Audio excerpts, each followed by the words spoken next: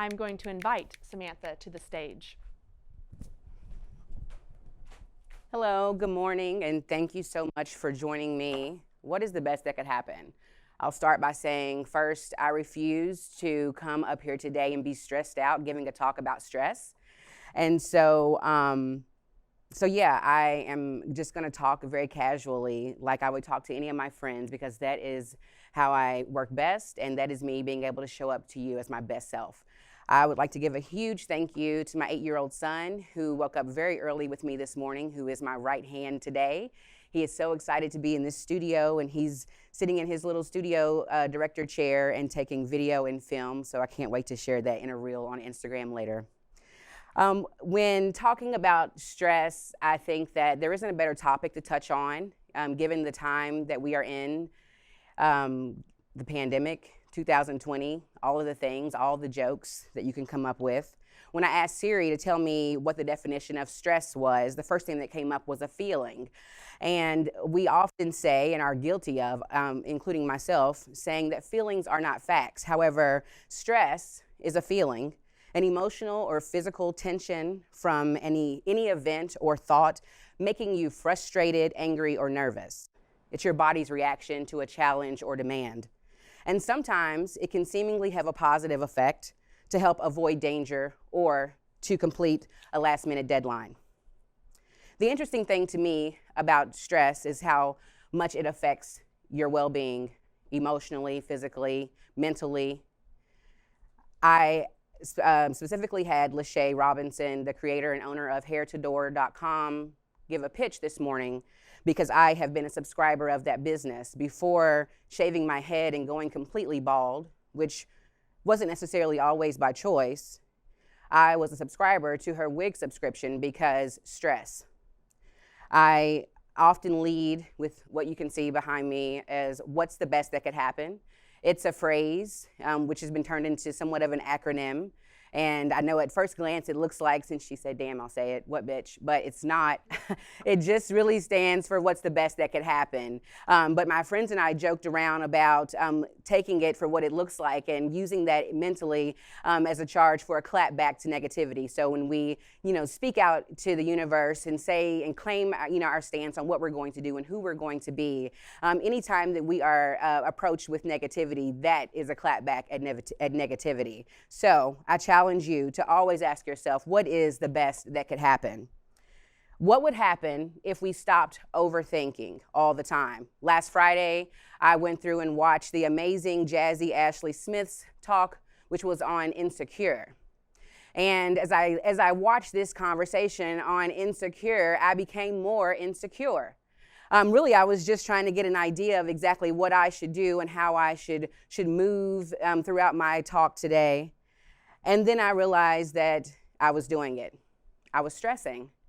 I was stressing about something that I didn't need to be stressed about. And we can tell ourselves all the time not to be stressed. It's so much easier said than done. I recently started working for an account called High Anxiety. And we have about 114,000 followers on Instagram. And I jokingly said the other day, the more that I'm learning about mental health and the different stressors and triggers that stress brings on, and helping folks online navigate through their own anxiety and other mental health issues. And I know I am not a therapist, so we are just we are a resource that helps guide others to actual therapists and other resources that could help them with their mental health. But I jokingly said, I feel like I'm having anxiety working for High Anxiety, because I had so much stress around trying to make sure I always did it right. And I don't know if you are familiar with the app CoStar, but I am a subscriber. And shout out to Mario Radford, an amazing Black Christian-based minister in the community of Lexington, Kentucky, who had a conversation with me after the very first digital night market, which was, just launched on a wing and a prayer, really, because of COVID-19, and we had never done it digitally before, and I gave myself such a hard time. And I talked to him because I cried all weekend about how I thought I did such a terrible job, and nobody even knew because it was digital. So no one knew but me in my living room that what I didn't do or what I messed up on or whatnot. And so I was trying to reference to him how this app in particular that is astrology related would always remind me that no one speaks to themselves as nasty as you speak to yourself. And I thought, that's impossible. You know, I'm almost into what I'm learning about more of a toxic positivity kind of mode all the time. Our shower curtain is flooded with quotes. You can't use the bathroom without looking at a positive quote to remind you to believe in yourself. But I realized that I was constantly overthinking, stressing about things that were beyond my control instead of focusing on the things that were within my control. And yes, I've been saying what's the best that could happen for quite some time now. But even still, every day is a challenge to push myself to believe in myself beyond what others even see. And so today I decided that I would not give myself such a hard time, but yet I believe that if I walk 100% into my authentic calling and stand here and speak to you today with exactly what I know to be, from my experience, from my heart, that those of you that are out there today watching, who will listen to this in days to come, are here because you're supposed to be, and whatever it is that I have to say to you, you take what you need and you leave what you don't. And so I'd like to start by just reminding us that, I think we've all heard it over and over again, where you have, as a child, all this amazing ambition, and slowly as you grow through life, things start to chip away at that. And you become a little more insecure, and that leads to stressing out just a little bit more. And then you learn how to just cope with stress, because oftentimes stress comes from those who we're closest to. We stress out about making sure we're the best mom or dad, the best friend, that we showed up for all the events, all the birthdays, and we make sure we sent whatever from Amazon wish list, and we give ourselves such a hard time. But I can remember being so full of ambition as a small kid, and those of you who have known me since I was younger, specifically my family, you know that I have been such a go-getter. So determined, so strong-willed. And I can remember standing there outside of my grandparents' house, just as proud as ever, and two black men that I highly respected asking me, what do you want to be when you grow up? And I proudly said, the President of the United States. And I went on about my play, and they laughed and made a mockery of it, and they joked, and they said that was absolutely impossible because, well, black people are not the President of the United States, and that could never happen.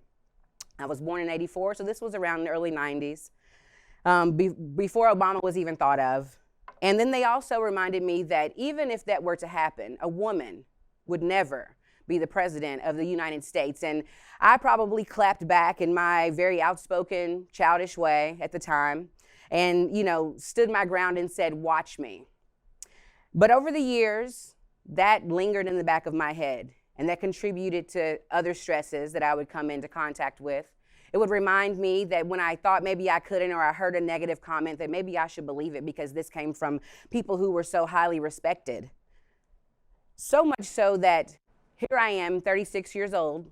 I didn't even share that I was going to do this event until 2 or 3 days out, because I did not truly believe that maybe I was super fit for this, or I didn't know what I was going to say. And just to be honest with you, I am stressed out about school starting. I'm stressed out about working from home that I've done for so long, and I've had it down to a science. But now my kid is home with me 24/7.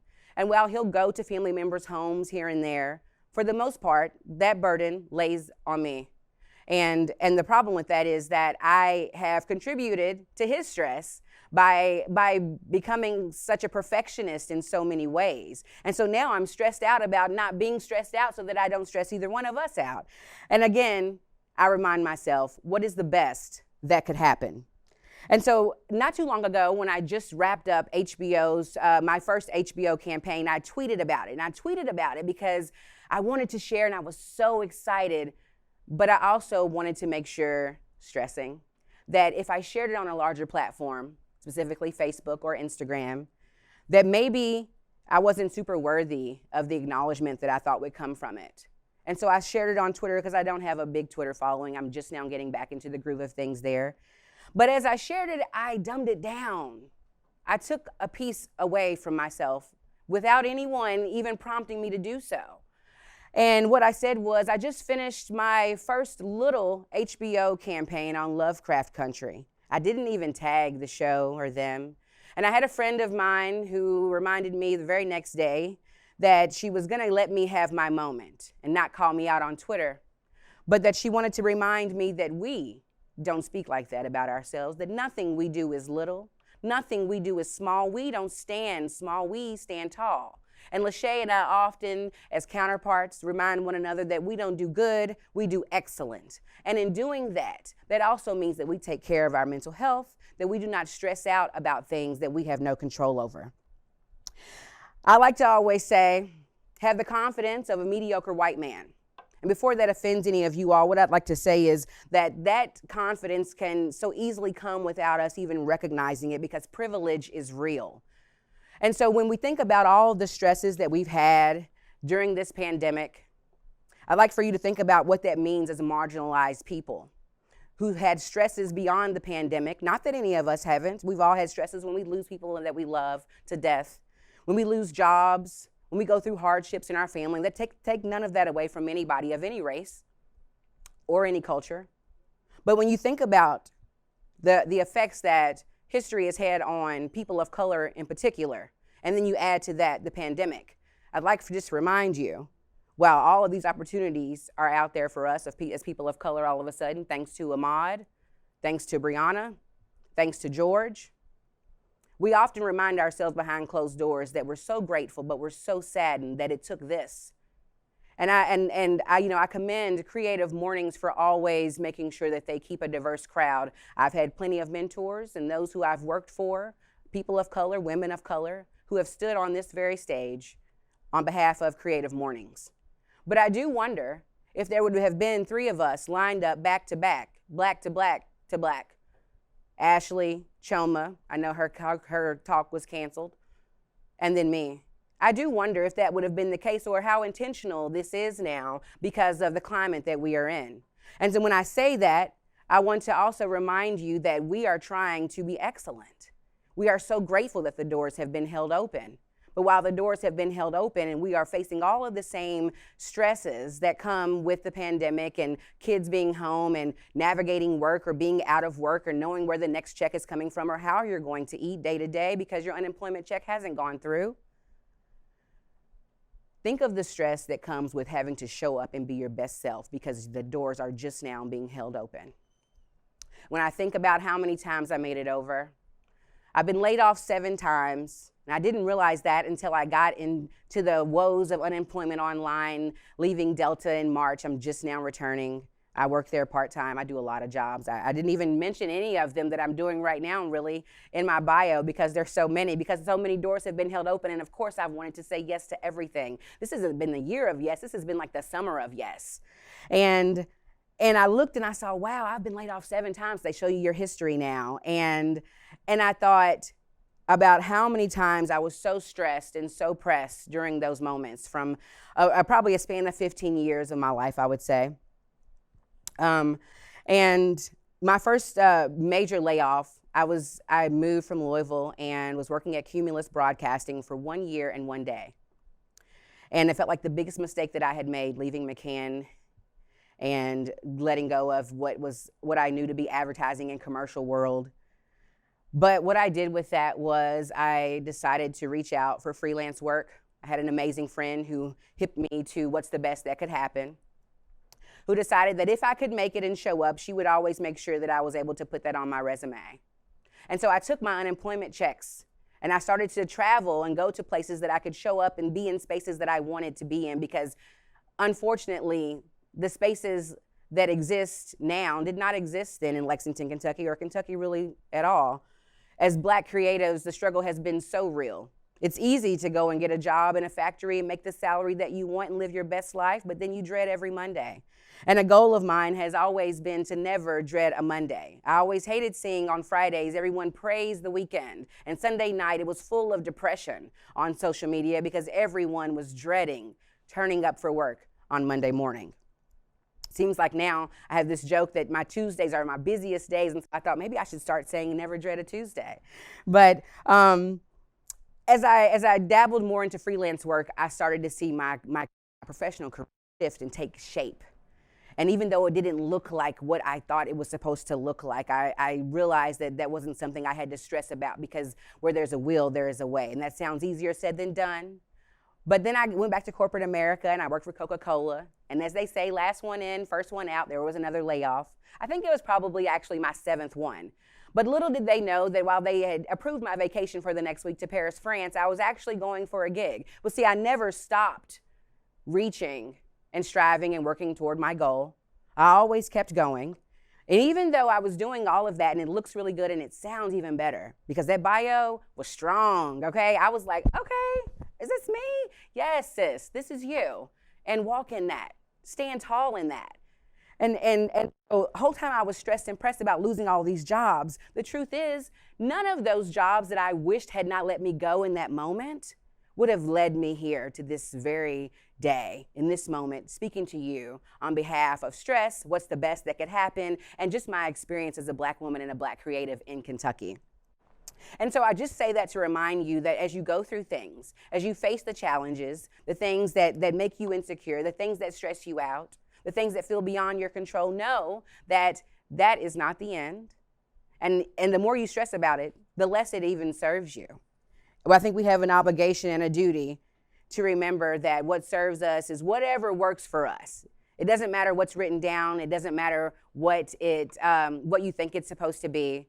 What matters is whatever serves you is what you should do. And I did an interview at the beginning of pandemic with Cremena and Kurt, and for Unlearn Fear and Hate. And they, I wrote up about my experience in pandemic, and I was very intentional about not talking about the woes. I love being by myself already. And so I was looking forward to this time because we always wish we had more time. I wish I had more of a break. And I finally got that time. And so I would say, on the days that I felt most stressed, if I got up and felt like drinking a glass of champagne at 8 a.m., then I did that. It didn't mean that I did it every day. I'm not becoming reliant on these things, but whatever serves me in the moment, I do that because that is what's most important. Now, touching back on hair to door, to be honest with you, I am bald because of stress. From relationships, pregnancy, from motherhood, postpartum, then the steroid shots, because I just missed the cutoff before natural was in. I cut my hair off way back in the day, 2009 or so, head shaved sides and all the things, but there was so much stress on appearance as Black women in particular. I can remember my first day at college and wanting to approach a young man, and his friends stopped me before I got too close and said, "You're not his type. He doesn't date darker skinned women. He only dates lighter skinned women or white women." And so there was another, knock at my confidence and added to my stress level. And being young, you try to think about what should you do to make yourself fit in. And so there came this time where I was doing all of the things to my hair to make myself fit in, not knowing that all the stresses that I was encountering were just adding to. And it's unfortunate sometimes. I guess some people would think that it's been about a year now, I don't really see it as unfortunate anymore. It's actually less hassle. I don't even have to think about what I'm going to do with my hair. Now I'm on time. Who knew, right? Who knew? But when I cut my hair, I forgot that I had this extra bald spot on top of my bald head. And I freaked out, but what was done was done. Not like the hair couldn't grow back and I couldn't cover it up again. Or that I can't ever wear a wig. I could wear one, I just choose not to at this point. Specifically because I want my son to see that he should accept women for who they are and how they are. That he should see past what he sees on the outside and get to know people deeper than beyond the surface. That he should not be insecure. Once my mom showed up to my high school with dreadlocks and I was devastated. And I was not. Someone asked me, "Why are you always holding your fist up and so proud?" And it's because I wasn't necessarily told to be proud of who I was and where I came from when I was younger. And so I couldn't believe it. And what she did is exactly what she should not have done. And it's exactly why I chose to cut my hair. My son asked me, "Please don't do this, Mommy. Please don't cut your hair. I want you to look normal." Well, then I had to show him what normal really was, what that looked like. And how we normalize change and how we normalize acceptance of all things, even when it makes us uncomfortable. See, my mother went and had her dreadlocks combed out. And then I was so grateful and spoiled to death because I would never, to be honest. I would never. He would just have to deal. But what that reminded me of when he asked me not to cut my hair was that moment. And had she maybe have just said, "We're just going to deal," then I would have understood what it was like to just accept ourselves as who we are, others for who they are. And so when my hair all came off and I looked in the mirror, my first reaction was like, oh no, I forgot I had that bald spot on top of a bald head. I just didn't think it was gonna, I guess maybe I thought it was all gonna blend in. I don't know. But bringing up that particular spot because this is a trauma, a reaction to trauma in my life. And a very deeply rooted trauma. I've gone to therapy for it and all, but this is probably why I'm okay with standing up or talking about it. But it was childhood trauma, and co-star again often reminds me that I have a very dark portion of me, I guess, that it's not bad because I really dig deep and I learn from it and all these things. Anyhow, saying that to say that I recently started binge watching true crime. It's the only thing I watch on TV. And one thing that I noticed that all of those on I Am a Killer have in common, not all of them, but for the most part, because I maybe have 2 episodes left to go, is that they all suffer from stress triggered by childhood trauma. And so what I want to talk about is we carry those things with us as we become who we are, who we think we're supposed to be, reminding everyone of what we are not, what we're not going to do, who we are not. We call it self-validation and self-care, clinging on to what we think is best for us to a degree. But what we don't say enough is what we are going to do. Won't, don't, can't, ain't, but why not ask yourself, or better yet, start speaking it into existence, what you know you want and need, so much so that stress has no room to grow or fester or attack you from every angle. We all need therapy. I don't care who you are. My grandmother needs therapy, okay? She's just now able to say, I have anxiety. We're just now accepting that for what it is rather than she's always so worried, or downing her because she seems so antsy, because we don't understand. We owe it to ourselves. We owe it to our families, to our children, to our futures, no matter how old you are or how young you are, to do the work so that we can truly live our best lives. And now it's in style, so go get you some. It's totally in style to go get therapy. You can do it from your phone. You can text a line. You don't even have to physically be in a space. So don't let COVID-19 be the excuse. Actually, let COVID-19 be the reason. I believe that you have an obligation to scale your life to a level so high that it works for you. Because if you aren't happy, you cannot truly pour into your family, your kids, your friends, or your work the way that best serves everyone around you, including you. During postpartum, Joy Harris Edwards said to me, who later became my therapist at a time, if you feel so crazy, why not just talk to someone? If you feel so crazy right now, you don't know what's going on, can't make sense of it, then take the medicine and feel crazy with it. Feel crazy while you talk to someone and maybe it'll work. And so I did. Because what's the best that could happen, right?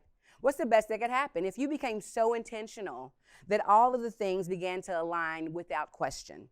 And yes, obstacles will surface. Consider that as life sifting you to build your character. The world needs you. The world needs all of us. The loud and the proud, the meek and the mild, and everything in between. So what are you going to do about it? You can get up tomorrow and say what's the best that can happen, but you actually have to believe it.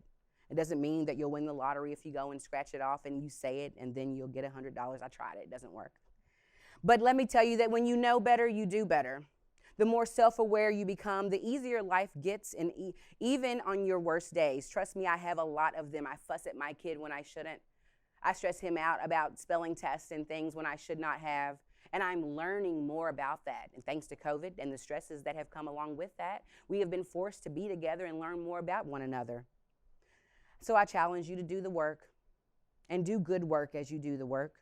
Then do better work because all of our lives depend on it.